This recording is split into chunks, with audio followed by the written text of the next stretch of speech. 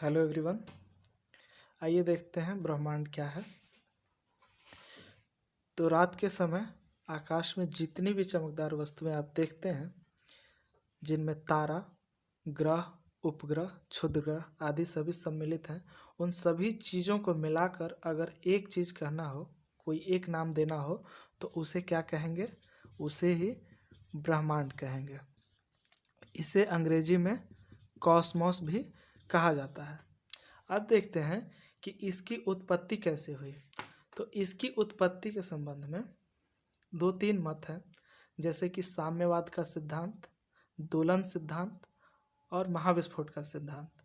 इनमें सबसे आधुनिक और सबसे मान्यता प्राप्त जो है महाविस्फोट का सिद्धांत है, जिसे अंग्रेजी में बिग बैंग थ्योरी भी कहा जाता है। इसका प्रतिपादन जॉर्ज लेमेंतेयर ने किया था और इसकी पूर्ण रूप से व्याख्या जो है वो रॉबर्ट वेगनर ने की थी। आइए अब देखते हैं कि बिग बैंग थ्योरी क्या है। तो इस थ्योरी के अनुसार, इस सिद्धांत के अनुसार, ब्रह्मांड में जितनी भी चीज़ें आप देखते हैं वो सभी एक समय में एक ही बिंदु पर केंद्रित थी। यानी कि सभी चीज़ें जो आप देख रहे हैं वो एक ही बिंदु पर थी।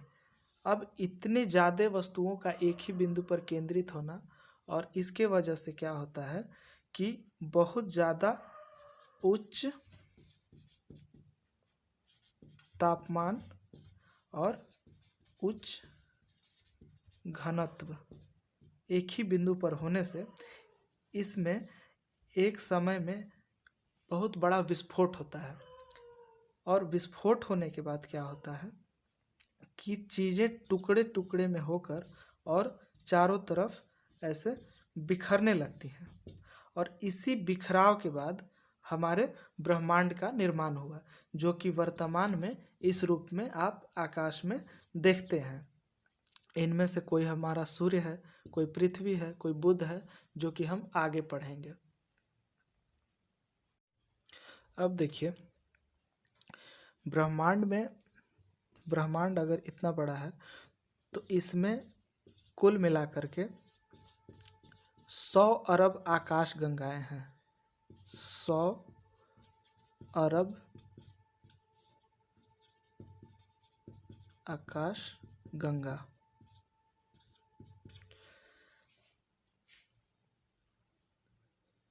ब्रह्मांड में 100 अरब आकाश गंगाएं हैं। अब इन प्रत्येक आकाश गंगाओं में इस तरह से 100 अरब तारे हैं। तो आप समझ सकते हैं कि ब्रह्मांड में 100 अरब आकाश गंगाएं हैं, और आकाश गंगा में, प्रत्येक आकाश गंगा में करीब 100 अरब तारे हैं। अब हम देखते हैं कि हमारी आकाश गंगा, यानी जिसमें हमारा सौर मंडल और सूर्य है, उसका नाम क्या है? मंदाकिनी। इसे इंग्लिश में मिल्की वे एवं अन्य नाम दुग्ध मेखला भी है। हमारी आकाशगंगा का नाम मंदाकिनी या मिल्की वे या दुग्ध मेखला है। अब हमारी मंदाकिनी का आकार, ये प्रश्न आता है कि हमारी मंदाकिनी या दुग्ध मेखला या मिल्की वे का आकार कैसा है। तो आप पढ़े होंगे, इसका आकार सर्पिलाकार है। अब यहाँ पे हम लोग बात कर लेते हैं कि किसी भी आकाश गंगा का 3 आकार हो सकता है। पहला अंडाकार, दूसरा सर्पिलाकार एवं तीसरा अनियमित, यानी अनियमित आकार का। तो कोई भी, जितनी भी 100 अरब आकाश गंगाएं हैं, उनमें प्रत्येक का आकार इन तीनों में से कोई होगा। तो हमारी आकाशगंगा जिसमें हम रहते हैं, उसका आकार कैसा है? सर्पिलाकार है। हमारी आकाशगंगा का नाम क्या है? तो मंदाकिनी, जिसको मिल्की वे या दुग्ध मेखला भी कहते हैं। अब देखते हैं कि हमारी मंदाकिनी का व्यास हमारी मंदाकिनी का व्यास लगभग 1,00,000 प्रकाश वर्ष है। अब प्रश्न यहाँ से भी बन सकता है कि प्रकाश वर्ष किसका मात्रक है? तो प्रकाश वर्ष दूरी का मात्रक है, यानी प्रकाश वर्ष दूरी का वैसा मात्रक है जो प्रकाश द्वारा 1 साल में जितनी दूरी तय की जाएगी उस दूरी को हम 1 प्रकाश वर्ष करेंगे, और वैसे वैसे 1,00,000 वर्षों में प्रकाश जितनी दूर तक जाएगी उतना हमारे आकाशगंगा का व्यास है। अब हम देखते हैं कि जैसे 100 अरब आकाशगंगाएं हैं, तो अपनी जो आकाशगंगा है उससे जो सबसे नज़दीकी, यानी कि यहाँ पे अगर देखें तो सबसे नज़दीकी ये है, ये आकाशगंगा है, तो मंदाकिनी, यानी हमारी मंदाकिनी की सबसे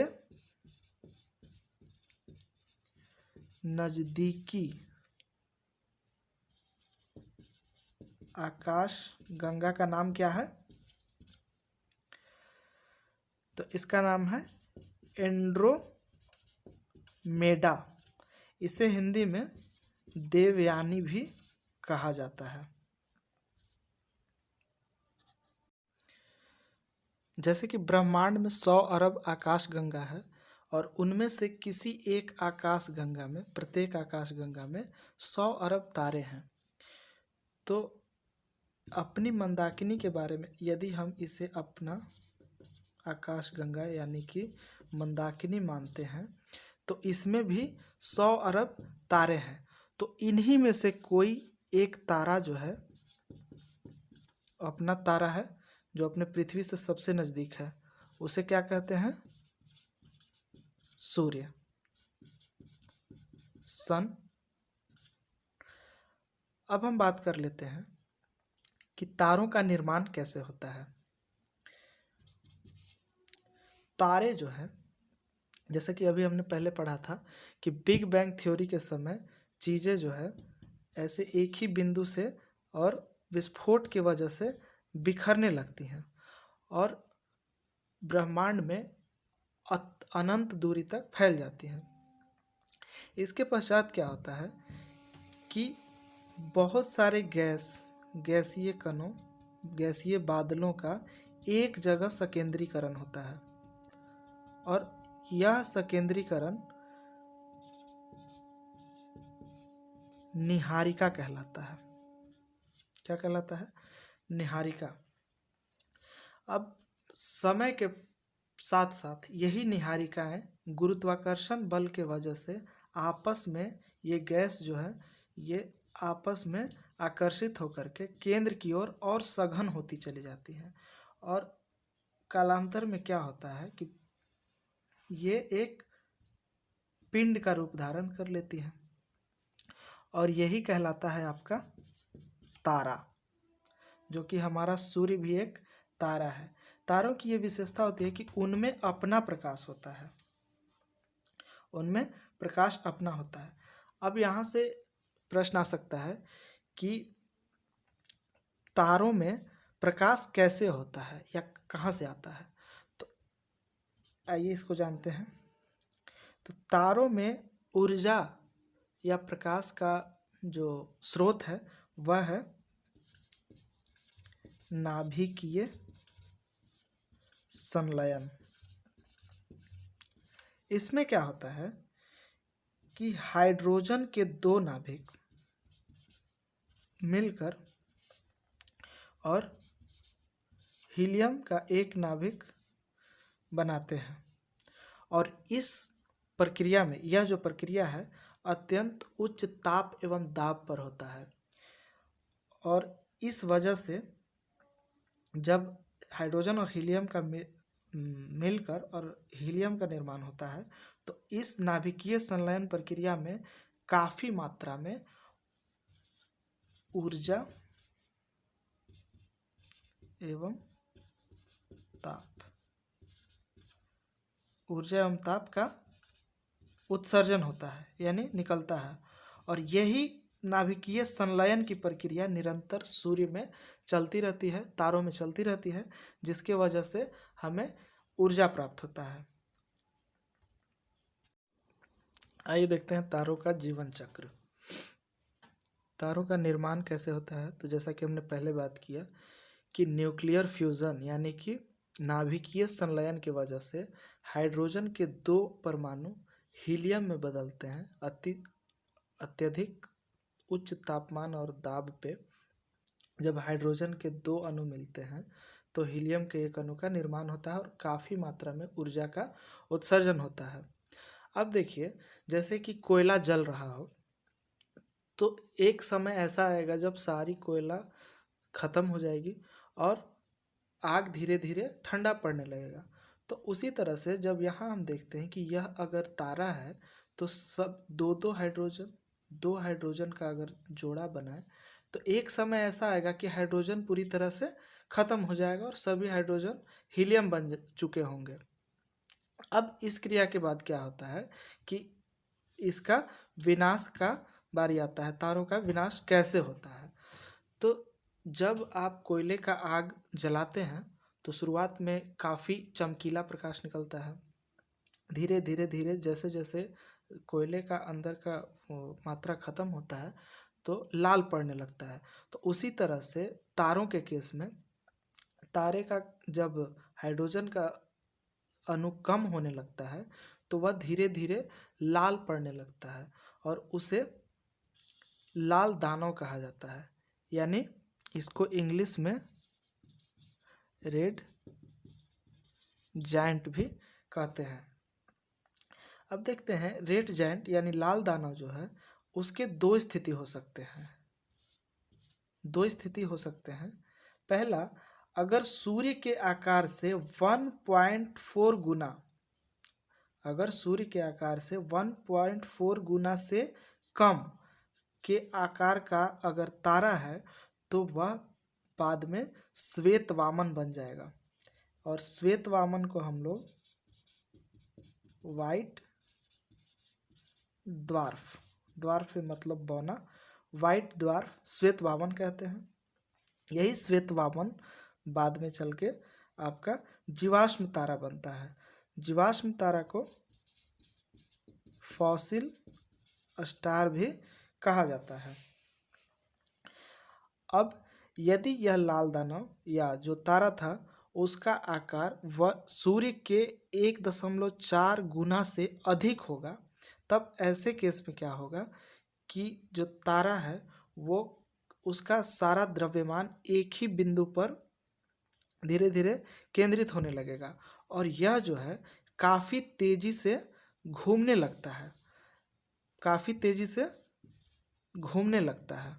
तो इस काफ़ी तेज़ी से घूमने वाले तारे को, न्यूट्रॉन तारे को पल्सर भी कहा जाता है। ये सेट में कभी कभी सीधे सीधा पूछ लिया जाता है कि पल्सर क्या होता है, तो तेज़ी से घूमने वाले तारों को पल्सर कहते हैं।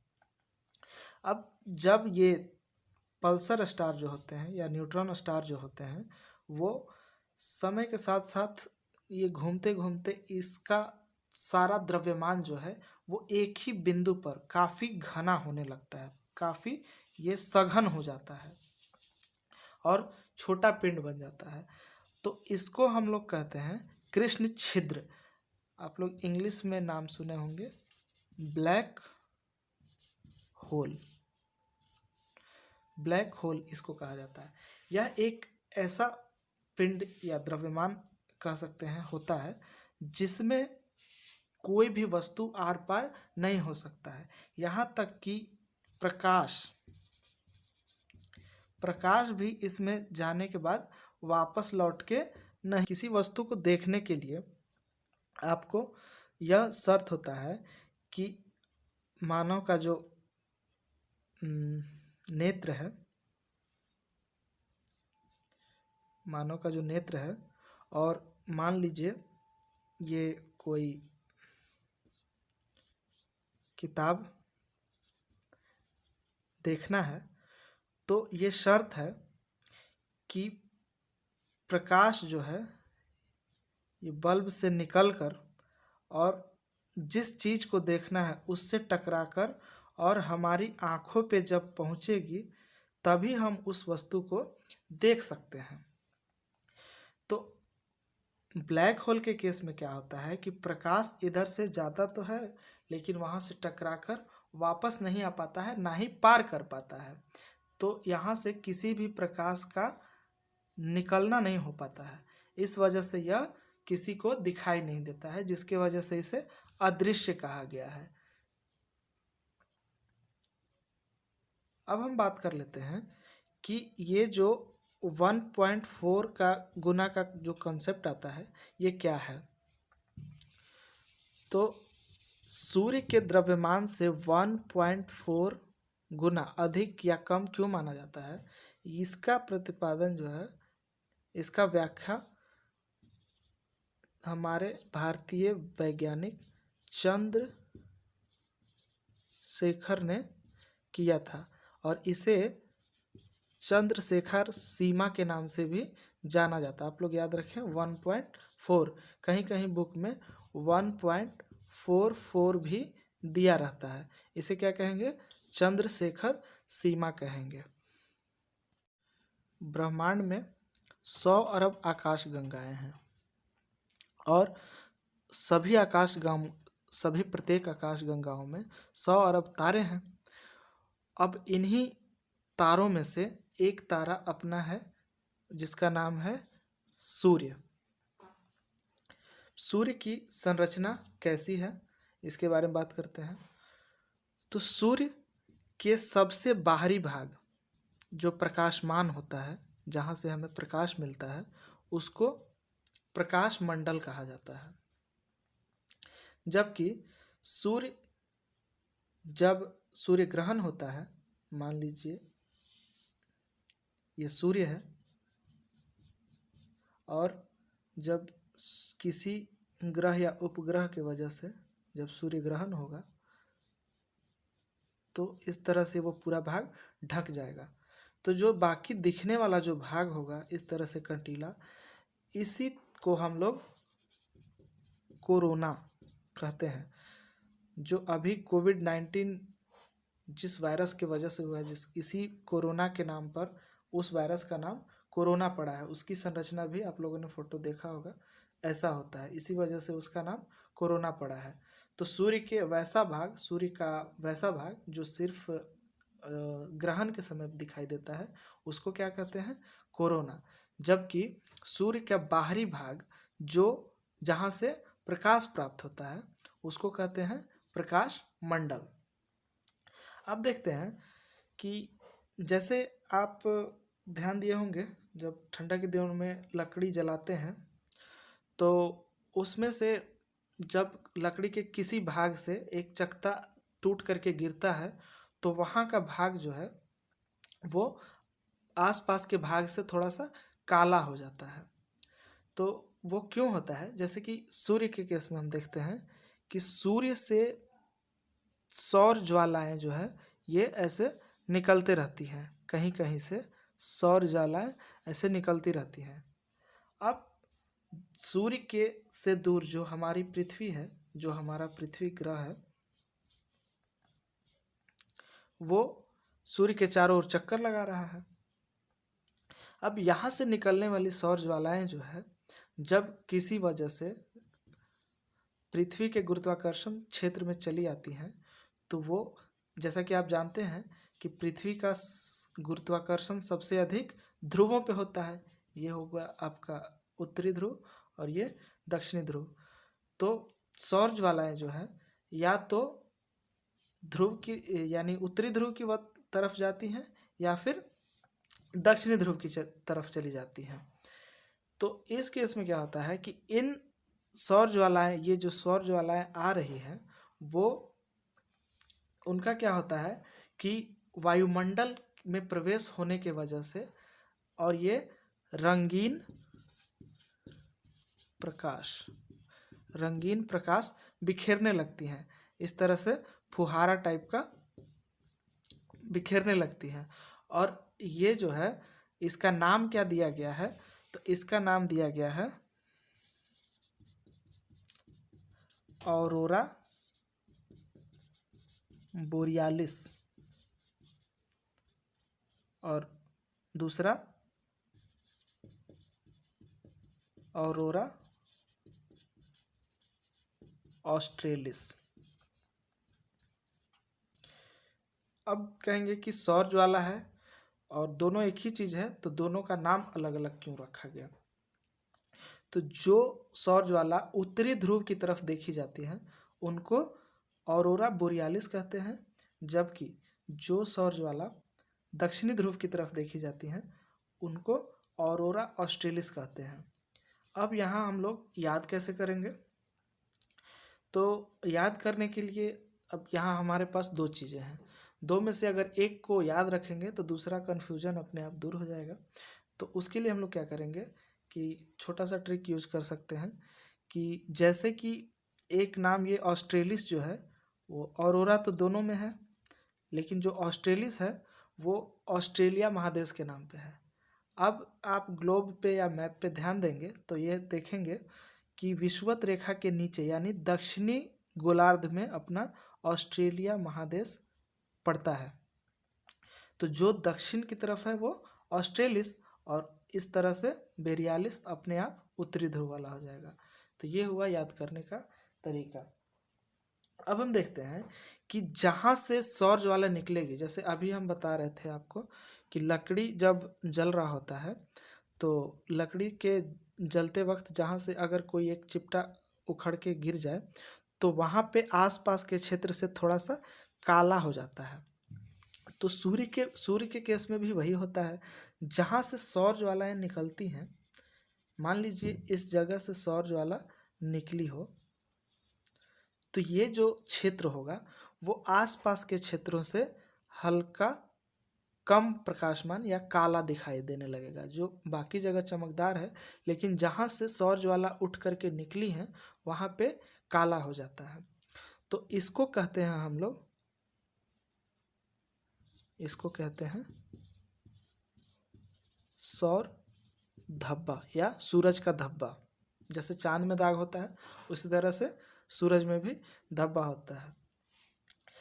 अब हम बात कर लेते हैं कि सूर्य के विभिन्न पृष्ठों का तापमान क्या होता है। तो ये सूर्य है, इसमें 3 जगह का तापमान पढ़ना होता है। पहला तो हो गया प्रकाश मंडल, यानी जो भाग हमको दिखाई देता है, इसको वर्णमंडल भी कहा जाता है। तो प्रकाश मंडल का तापमान जो है, प्रकाश मंडल यानी ये बाहर का भाग जो हमको दिखाई देता है। दूसरा होता है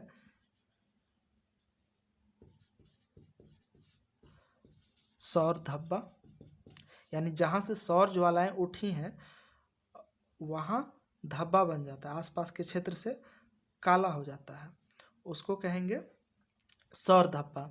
और तीसरा आ जाता है सूर्य का केंद्र। तो प्रकाश मंडल का तापमान होता है 6000 डिग्री सेल्सियस और सौर धब्बों का तापमान, सौर धब्बा जहाँ से सौर ज्वाला निकली है वहाँ का तापमान होता है आपका 1500 डिग्री सेल्सियस। अब इसको याद कैसे रखेंगे, तो हम ऐसे याद रख सकते हैं कि जब सौर ज्वाला कहीं से निकला सूर्य के जिस भाग से, तो प्रकाश मंडल का 1/4 भाग बच जाता है। ये याद करने के लिए छोटा ट्रिक है, आप याद कर सकते हैं इस तरह से कि 1/4 वहाँ का तापमान रह जाता है। अब आते हैं केंद्र का बात करते हैं।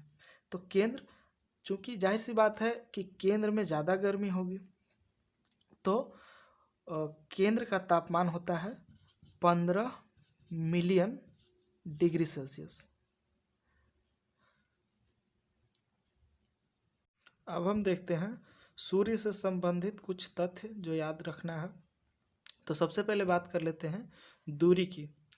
तो दूरी का जब भी बात होता है तो किसी दो बिंदुओं के बीच के दूरी का बात होता है।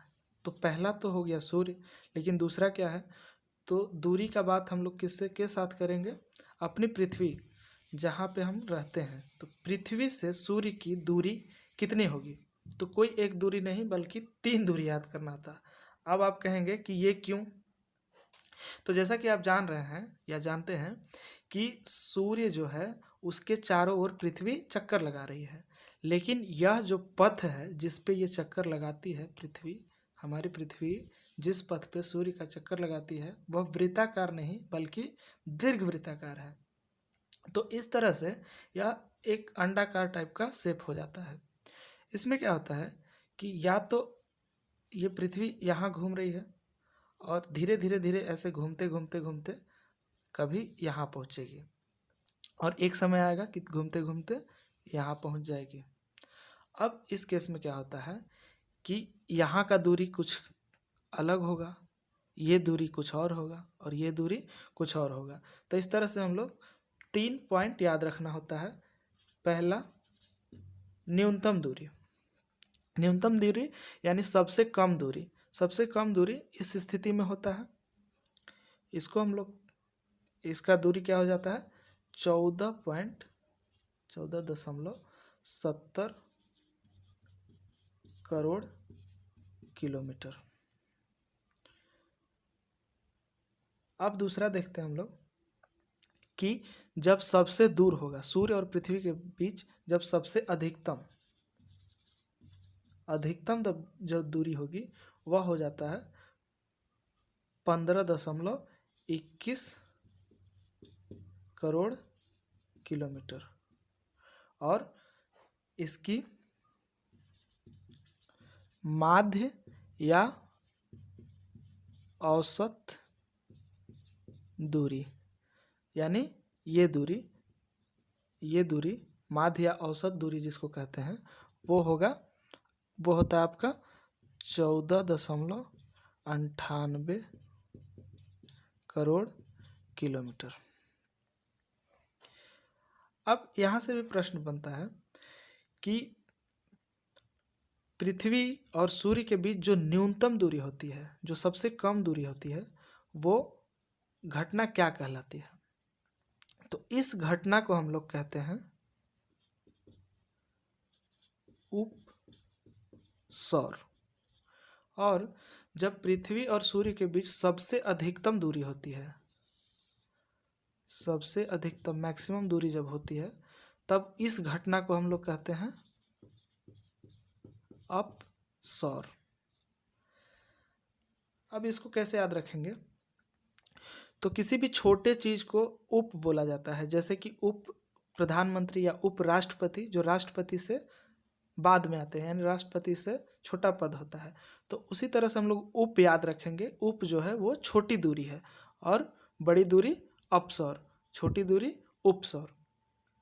उपसौर की घटना जो है वो 3 जनवरी को होती है, और अपसौर की घटना 4 जुलाई को होती है। इसको भी साथ में डेट याद रखेंगे। उपसौर की घटना 3 जनवरी को और अपसौर की घटना 4 जुलाई को होती है। अब हम लोग देखते हैं कि सूर्य का व्यास कितना है। तो सूर्य का व्यास 13 लाख, सॉरी इसको मिटा देते हैं,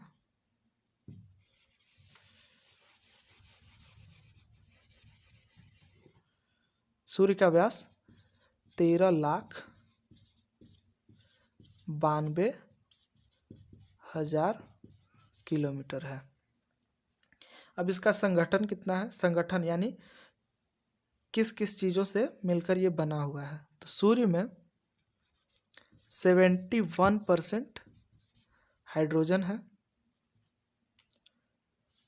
26% हीलियम है, और 2.5 यानी जो जितना भाग बचा वो 2.5% धूल एवं अन्य गैस। अब हम देखते हैं कि सूर्य की आयु कितनी है। तो इसकी आयु 5 अरब वर्ष है। 5 अरब वर्ष। सूर्य से पृथ्वी तक प्रकाश को पहुंचने में कितना समय लगता है? तो आप लोग जानते होंगे, पहले पढ़े होंगे कि 8 मिनट और 20 सेकंड। अब इसको कैसे याद रखें, कभी कभी कन्फ्यूजन हो जाता है। तो आप 8 मिनट यानी 8 छः 48, 480 मिनट और प्लस 480 सेकंड और 20 सेकंड यानी 500 सेकंड याद रखेंगे। अब इस तरह से याद रखेंगे। अब देखते हैं कि प्रकाश वर्ष। प्रकाश वर्ष क्या है?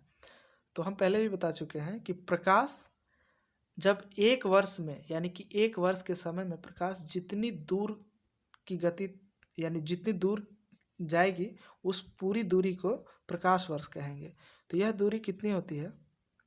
तो कल्पना कीजिए जैसे कि प्रकाश 3 लाख किलोमीटर प्रति सेकंड की गति से चलती है, यानी कि एक सेकंड में पलक झपकते ही 3 लाख किलोमीटर की गति दूरी तय कर लेती है प्रकाश। और उस गति से प्रकाश को एक वर्ष में जितना दूरी चलता है उसको ही प्रकाश वर्ष कहते हैं। तो यहीं से प्रश्न आता है कि प्रकाश वर्ष किसका मात्रक है?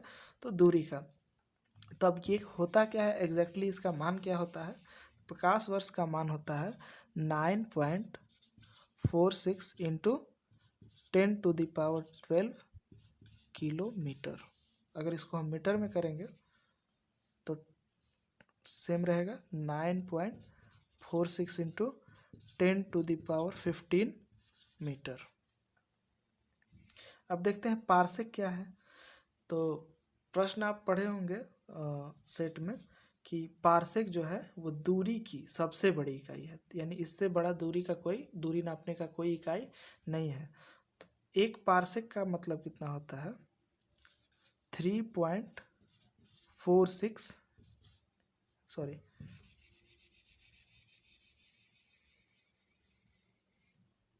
एक पार्सेक का मतलब होता है 3.6 लाइट ईयर यानी प्रकाश वर्ष। धन्यवाद।